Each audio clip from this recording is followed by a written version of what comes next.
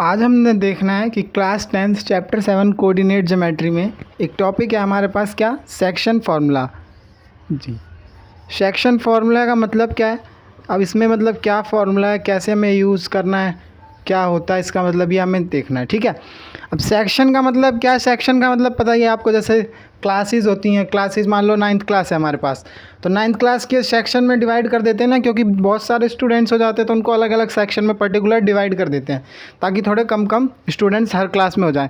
तो इसीलिए अब हम इस सेक्शन फॉर्मूले में क्या देखेंगे, कोऑर्डिनेट ज्योमेट्री। मान लो दो कोऑर्डिनेट से एक लाइन हमारे पास बनी है, एक का कोऑर्डिनेट मान लो 1,4, इसका मान लो -3,2, मान लो ये हमारे पास कोऑर्डिनेट। ठीक है। अब इन दो कोऑर्डिनेट से हमारे पास क्या बनी है, लाइन। तो इस लाइन को अगर हमने यहाँ से मान लो डिवाइड कर दिया P पॉइंट से, तो ये क्या हो गया, इसका सेक्शन हो गए कि हमने AB को दो सेक्शन में डिवाइड कर दिया। तो यहाँ पे इस कोऑर्डिनेट को हम मान लेते हैं x, y। तो पर्टिकुलरली हमें इस वीडियो में क्या देखना है कि हम कैसे किसी दो कोऑर्डिनेट से जो लाइन बनी है हमारे पास, उसको हम कैसे सेक्शंस में डिवाइड कर सकते हैं, उसको रेशियो में डिवाइड कर देंगे। अब जैसे मान लो ये है ना हमारे पास, तो मैं इसको बोल देता हूँ कि 1:1 में डिवाइड है, P जो है मिड पॉइंट है B का। तो ऐसे ही हमें रेशियो में डिवाइड करनी है और सेक्शन फॉर्मूले को कैसे यूज़ करना है, चलिए देखते हैं। अब जैसे हम स्टार्ट करते हैं, मान लो हमने दो कोऑर्डिनेट्स ले लिए यहाँ पे P और एक हो गया हमारा Q। इससे हमने क्या कर ली, एक लाइन ड्रॉ कर ली, इन दोनों कोऑर्डिनेट्स को ज्वाइन करके एक लाइन बना ली। ठीक है। अब उसके बाद मान लो P के कोऑर्डिनेट्स हैं हमारे पास 1,2, Q के कोऑर्डिनेट्स हैं 3,4, ये हमारे पास कोऑर्डिनेट्स हैं। अब इस लाइन को बोला है कि इस लाइन को हम पर्टिकुलरली डिवाइड करना है 1:2 की फॉर्म में। मतलब इस लाइन को मान लो अब यहाँ से अगर हम डिवाइड करते हैं तो ये मान लो इसका फर्स्ट पार्ट और इसका, मतलब ये पूरी लाइन का 1/3 हिस्सा है और ये 2/3 हिस्सा है, 1/3 और 2/3। तो अब इसमें हमें करना क्या है, सेक्शन फॉर्मूले का। जैसे मान लो हमें इस पॉइंट को डिवाइड किया, हमने इसको मान लिया T, इसके कोऑर्डिनेट्स मान लिए x, y। तो मेन सेक्शन फॉर्मूला का क्या, यही काम है, जो पॉइंट ऑफ डिवीज़न है उस लाइन का, पॉइंट ऑफ डिवीज़न है जिस पॉइंट से वो लाइन रेशियोज़ में डिवाइड हो रही है। जैसे इसमें कितने रेशियो में डिवाइड हो रही है, 1:2, उस पॉइंट ऑफ डिवीज़न को फाइंड करना, या फिर पॉइंट ऑफ डिवीज़न दिए तो सेक्शन फॉर्मूला फाइंड करना, मतलब बहुत सारे ऐसी रेशियो फाइंड करना। तो इसमें मतलब बहुत सारे क्वेश्चंस बन सकते हैं। तो अभी हम देखते हैं कि कैसे हम पॉइंट ऑफ डिवीज़न निकाल सकते हैं, मतलब जो ये हमारे पास कोऑर्डिनेट है T, x, y, इसको हम कैसे फाइंड कर सकते हैं।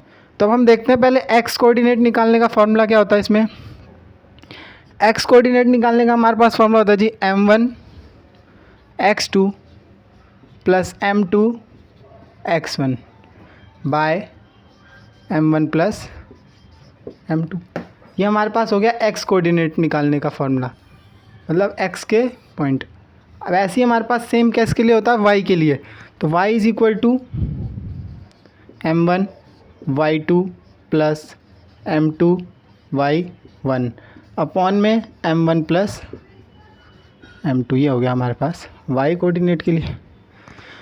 तो ये क्या हो गया, T हमारे पास जैसे x, y दे रखा है, तो हमें x से यहाँ से वैल्यू x की निकाल लेंगे और y की वैल्यू निकाल लेंगे। x, y की वैल्यू आ गई तो T कोऑर्डिनेट्स की वैल्यू आ गई। अब जैसे कि मैंने बताया, ये फर्स्ट कोऑर्डिनेट ये हो गया हमारा x1 y1, पिछली वीडियो में हमने देख ही लिया था, ये हो गया x2 y2। एक्स वाई क्या है, एक्स वाई ये रहा, एक्स ये रहा, वाई ये रहा। m1 m2 क्या होता है, m1 m2 जी रेशियो होती है, जो हमें रेशियो दे रखी है लाइंस को जब हमने डिवाइड किया।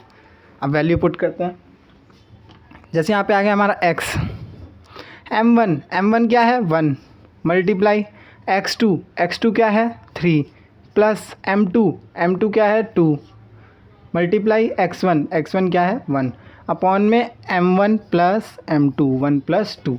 पहले इसको सॉल्व करते हैं, 3 1 जा 3, 2 1 जा 2 अपॉन में 1 प्लस 2 3, 3 प्लस 2 5 अपॉन 3।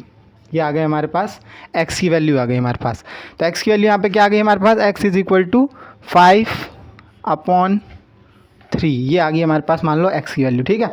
इसी तरह हम y की वैल्यू फाइंड करेंगे, तो y is equal to m1 y2, मतलब 1 मल्टीप्लाई y2 क्या है हमारे पास 4 प्लस m2 क्या है m1 y2 हो गया। अब m2 क्या है हमारे पास 2 मल्टीप्लाई y1 क्या है हमारे पास 2। ठीक है। अब क्या करेंगे, नीचे m1 प्लस m2 1 प्लस 2। अब इसको फिर से सॉल्व करते हैं, यहाँ आ गया 4, यहाँ आ गया 4, यहाँ बचा 3। तो y इज इक्वल टू क्या आ गया 8/3। तो यहाँ से y is equal to y की वैल्यू क्या आ गई हमारे पास 8/3। 3। तो टी कोऑर्डिनेट हमारे पास क्या आ गए, x, y, तो x आ गया हमारा 5,3 और y आ गया हमारा 8/3। ये हो गए हमारे पास टी कोऑर्डिनेट की वैल्यू। तो सेक्शन फॉर्मूला का ये मतलब है, जैसे अगर कोई लाइंस को हम डिवाइड कर रहे हैं पॉइंट ऑफ डिवीजन से, किसी भी पॉइंट से लाइन डिवाइड हो रही है तो उसकी हम कैसे वैल्यू फाइंड कर सकते हैं। अब जैसे मान लीजिए ये दे रखा है हमारे पास क्वेश्चन, एक ए बी लाइन है, पी इसका पॉइंट ऑफ डिवीज़न है, रेशियो दे रखी है हमें 1:1, find the coordinates of P. बहुत ईजी है। फिर से वही क्या करेंगे, सेक्शन फॉर्मूला, तो x is equal to m1 x2 plus m2 x1 by m1 plus m2। पहले इसके फाइंड कर लेते हैं। x is equal to m1 m2 क्या है हमारा, m1 1 m2 भी 1, m1 रेशियो m2 दे रखा था। m1 की जगह क्या डालेंगे 1 multiply x1 y1 x2 y2, ये हो गया हमारा x1 y1 और ये हो गया हमारा x2 y2।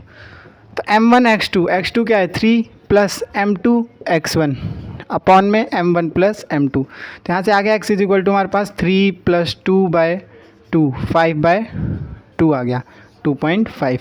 अब यहीं से ऐसे y की वैल्यू फाइंड करते हैं। तो y की वैल्यू क्या होगी हमारे पास, y की वैल्यू हो जाएगी हमारे पास m1 y2 plus m2 y1 upon में m1 प्लस m2। ठीक है जी।